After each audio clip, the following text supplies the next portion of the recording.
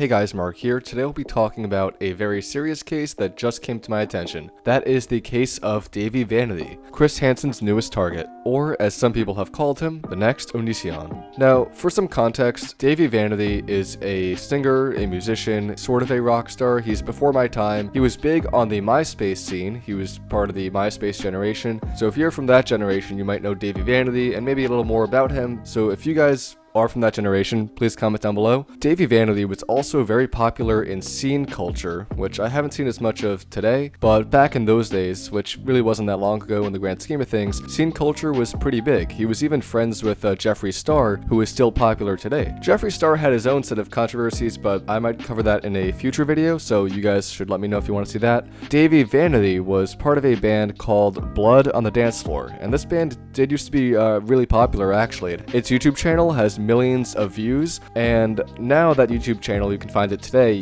Dahvie actually changed the name of the channel, probably to avoid being seen, but it's now called Kawaii Monster, so you can find their videos on there. I don't suggest giving them views, but if you want to know what this guy's music is, what his gig is, I don't think the music's that good, but moving on. He also has a brand called The Dark Arts, where he sells things like hoodies and sweatshirts.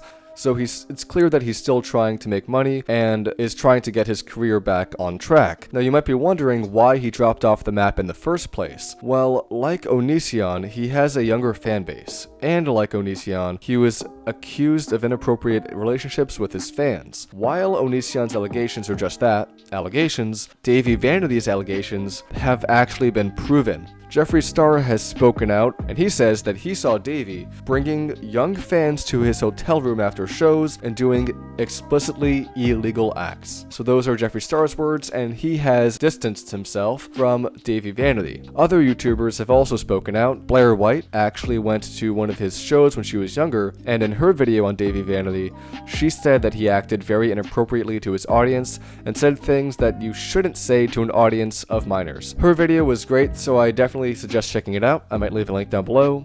Now, a lot of young women have come out saying that Dahvie did terrible things to them when they were younger, and some were even in middle school when these events took place. So it's clear that Dahvie Vanity has an affinity for these sorts of things, and that he has done this many, many times. Now, I think this makes him even worse than Oniisan. There are screenshots and receipts that prove a lot of these stories, and these stories are so bad that there are case files right now about these events, and Dahvie Vanity is on the police radar, and he has been for a while, to be honest. There was a story about how the police let him off with a warning after he took a young fan to his hotel room, and I think that warning should have been prison time, but unfortunately that's not what happened, so he's still walking free today. But I think it's only a matter of time for him, because now that there's actual proof and evidence that he did such terrible and disgusting things, I think he will be brought to justice soon. There was also another story about a girl who was in 8th grade. Dahvie Vanity actually drove miles and miles to go to her house when her parents weren't home, and what happened,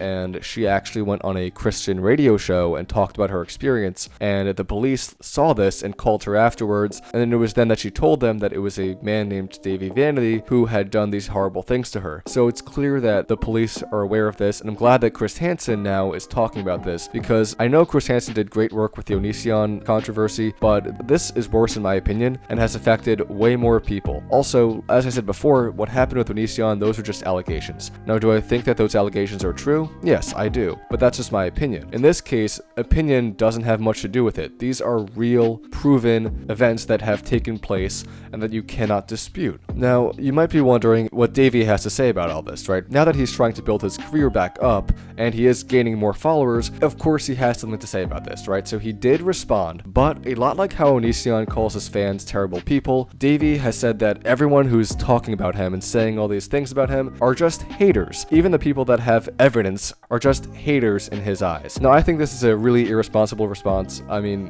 what did we really expect from a guy like this? And it just makes him and Oniisan look even more similar. Now, it's really a shame that this guy won't own up to his terrible actions, and it just makes the justice process that much harder, because now the people that he affected are going to have to go through all these hoops and legal proceedings to get justice for what happened to them. And it might be a long matter of time, because we see with Oniisan, not much has really happened to Oniisan besides his Patreon getting taken down and his channel getting a lot of dislikes and people commenting and all that. Not much has really happened to him legally, right? We had Chris Hansen go to his house, but that was about the extent of it. I mean, I think Onision went to court at some point, but he's still a free man. Now, I think that Dahvie Vanity, with all the evidence that's out there, will hopefully not be a free man for much longer, because he does have a history and he could be a repeat offender. So here's hoping that something actually gets done about this soon and that this guy's taken off the streets, because it's such a disgrace that people like him can use their platform and their influence to take advantage of young fans and do these terrible things and get away with it. He definitely picked the wrong time to try and build his career back up, and I hope that he learns his lesson and either retreats to the shadows or turns himself in. Those are the only two things that he can do right now that are even slightly respectable, because now he's trying to profit off of manipulating others, and that just straight up isn't right. Now, as for the Onision case, I might do more videos about that. I mean, I've done so many videos on Onision already that it's kind of getting old at this point, so I don't really see myself covering that too much in the future, but this case is just so much worse. If any new updates come out about the Dahvie Vanity case, I will be covering them on this channel. I will be sure to let everybody know in the comments of this video if I do that, so that you guys can stay tuned. Please be sure to subscribe and turn on notifications so that you guys know when I post another video. As for other YouTube controversies, I think that I will be covering more controversies across YouTube. I just finished my video about Trisha Paytas, so that will be dropping soon. So I've got a whole bunch of stuff going on right now. Considering I am still in quarantine, I don't really have much to do, so a lot of videos are going to be coming out this week and the next. So I hope you guys stay tuned. Please like, comment, subscribe, and share this video to help spread awareness and support the channel. Also, please consider becoming a patron to help me out financially, especially during these stressful times. Any help is much appreciated. I hope you guys enjoyed this video. Thank you so much for watching, and I hope to see you all next time. Peace.